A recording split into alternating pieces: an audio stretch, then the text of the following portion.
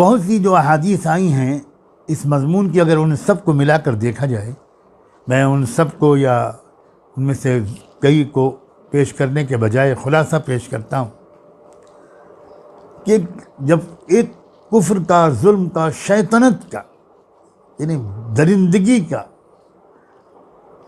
सरकशी का एक गलबा हो जाएगा पूरी दुनिया में, उस वक्त अल्लाह ताला उम्मत मुस्लिमा ही में से, बल्कि मुख्तलिफ़ रिवायात के मुताबिक खानवादे नबूवत से ही एक मर्द मुजाहिद खड़ा होगा, और उस शख्स की जद्दोजहद से, मैं अपने अल्फाज ज़रा सोचते रहिएगा, कोई करामाती बात नहीं होगी बल्कि जद्दोजहद होगी, कुर्बानियों से भरपूर, बहादुरी और शजाअत से भरपूर।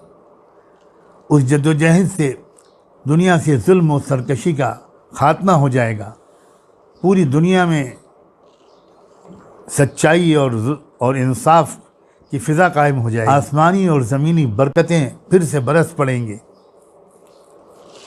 और ये भी याद रखिए कि उनके आने के बाद ही असल दज्जाल ज़ाहिर होगा।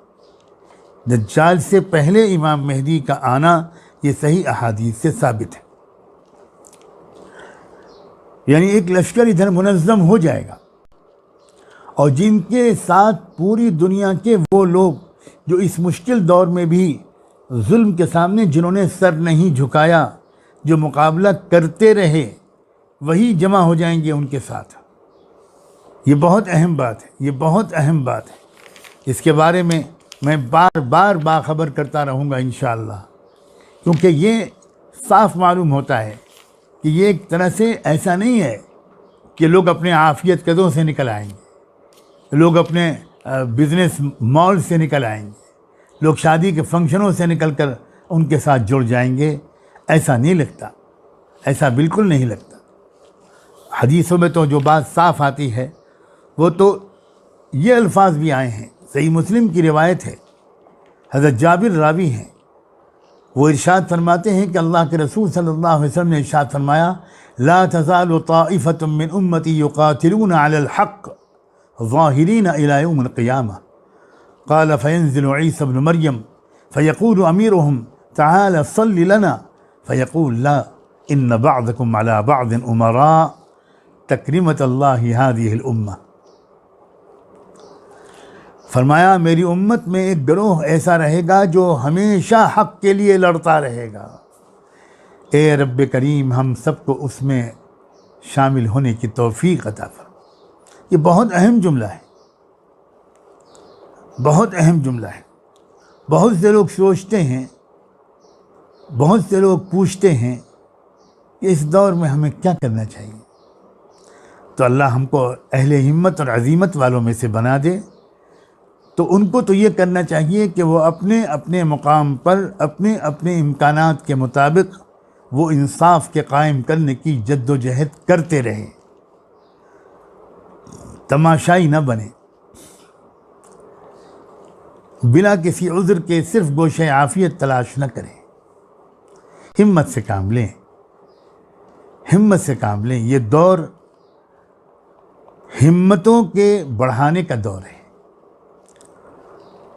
इस दौर में कमज़ोर ईमान की वजह से, शिकस्त खुर्दगी के नफ्सियात की वजह से और कुरान और सुन्नत से बराह रास्त रहनुमाई लेने के बजाय अपनी अक्ल से, दानिश्वरी से रहनुमाई लेने की वजह से इस तरह के मशवरे हमारे बहुत से दानिश्वर हजरात कौम को ये देने लगे हैं कि भाई ये जो वक्त है ये रिट्रीट का वक्त है। रिट्रीट का लफ्ज़ बोल रहे हैं, ये रिट्रीट का वक्त है, ये बस पीछे हट जाने का वक्त है। किसी के लिए उज़्र शरई हो तो बात उसके लिए की अलग है, इसको आम रहनुमाई नहीं करार दिया जाना चाहिए। हमारे उम्मत में एक अच्छा हिस्सा उन लोगों का हमेशा रहना चाहिए जो अपने अपने वक्त में बहुत सोच समझकर अक्ल व दानिशमंदी के मुताबिक रेजिस्ट करें। रेजिस्टेंस की ज़रूरत है, सिर्फ रिट्रीट करने की ज़रूरत नहीं है। और ये रेजिस्टेंस ही वाले होंगे जिनको आखिर में उस फैसलकुन मारिके में शिरकत की सआदत मिलेगी।